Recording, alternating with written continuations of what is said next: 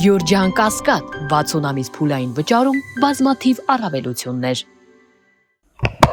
Ես ամեն անգամ ասում եմ, բայց ուզում եմ կրկնել, որովհետև շատ կարևոր է այդ աշխատողին, որի աշխատավարձը գործատուն չի ձևակերպում, ինքը ուղղակի քայքայում է կյանքը այդ աշխատողի։ Ինչի, որովհետև այսօրվա իրականության մեջ այլևս մարդու սպառումը կախված է իր եկամուտի պատմությունից։ Այսինքն չձևակերպելով աշխատավարձ տալով կանխիկ, գործատուն աշխատողին զրկում է հիփոթեքից, զրկում է մեքենա գնելու հնարավորությունից, նորմալ ապրելու հնարավորությունից։ Եվ այս իմաստով մեր քաղաքացիները, ովքեր որ ձևակերպված չեն, բայց աշխատում են, պիտի իմանան, որ իրանք խապված են եւ այսօրվա չձևակերպված եկամուտը վաղը իրանք կյանքը սարքելու է շատ ավելի անորակ, քան իրանք կարող են ունենալ։ Ներառյալ կենսաթոշակային հիմնադրամներին վճարումներով, որովհետեւ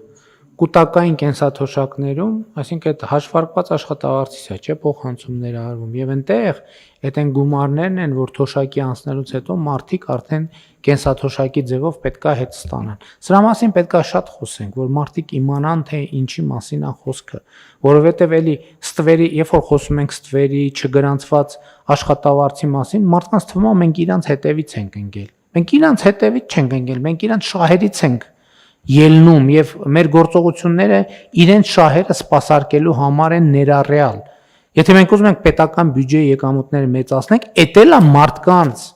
կյանքի իրանց շահերից է ելնում, որովհետեւ պետական բյուջեի միջոցը նշանակում է դպրոց, ճանապարհ, մանկապարտեզ եւ այլն ամեն ինչ։ Եվ հետեւաբար ես գիտակ մենք պետք է շատ խոսենք ու չվախենանք կրկնելուց, որովհետեւ մեզ թվում է որ մի բան մի անգամ ասցինք դե արդեն པարզ եղա։ Ոչ, դա ինչ չի, պետք է անընդհատ խոսել,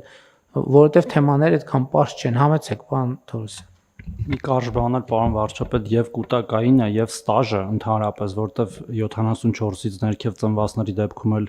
ստաժի հաշվարկի խնդիրներ են կողմ եւ հետո քաղաքացիները էլի գալիս դժգոհում են, ասում են ինչու իմ աշխատանքը չեք հաշվարկում ստաժում, բայց մի լավ լուր կա, ինձ թվում է մեր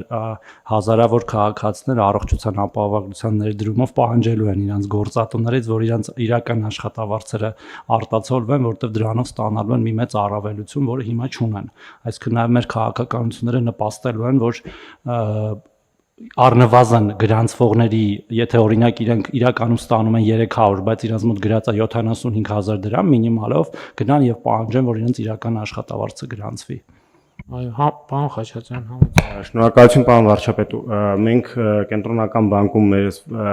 ֆիզիկական անձանց վարկավորման տեմպերը բանն էին քննարկում, ու այս վերջին 2 տարվա ընթացքում եւ հիպոթեկային վարկերի եւ սպառողական վարկերի աճը եւ վճարումները ամբողջը ածանցված է աշխատավարձ ստացող ֆորմալ գրանցված մարդկանց քանակից ու նաեւ այդ մարդկանց ռեալ գրանցված աշխատավարձերից ու ուրախալի բանն էլ զուգահեռաբար նա տեղ ունենում, օրինակ գրավատների գործունեությունը Հայաստանում չի աճում։ Գրավատների լիցենզիաներ են հանձնում, փակվում են այդ գրավատները, որտեղ գրավատունային կազմակերպությունը, որը թանկ է վաճառում իր ծառայությունները, տոկոսադրույքները բարձր են, մարդիկ, որ պատմություն չունեն, խնդիրներ ունեն, նորմալ վարկավորվելու գնում են այնտեղ, այսինքն էական փոփոխություններ է տեղի ունենում, որպես հետևանք այս աշխատակիցների աճի։ Մենք նաեւ նախկինում կառավարության նիստում կարծեմ հրապարակել ենք, որ ըստ էության չսպասարկվող վարկերի առումով մենք պատմական մինիմումի շրջան ենք թևակողել, այսինքն երբևէ Հայաստանում այսքան քիչ չսպասարկվող պրոբլեմատիկ բանի առումով, տոկոսի առումով բարձա, որովհետև թվաբանական հիմա վարկերի ծավալն էլ է ահռելի մեջ։ Այնպես որ բոլոր ինդիկատորները կան ասելու, ասենք թվերը մի տեղից չենք վերցնում, տարբեր տեղերից ինտեգրվելով տեսնում ենք, որ կա դինամիկա, ինչը չի նշանակում, որ խնդրեմ չկա։ Ես ընդհակառակը այս զարգացումները մենք պետք է այդել հասկանանք, էլի։ Երբ որ մի խնդրեմի առաջ տեն շիվարած կանգնած ես, այդ մի խնդրեմի առաջ շիվարած կանգնած ես։ Երբ որ այդ խնդրեմը լուծեցիր, այդ խնդրեմի լուծումը իր հետ բերում է 10 նոր խնդրեմ։ Եվ հետեւաբար ընդհանրապես զարգացումը է դա։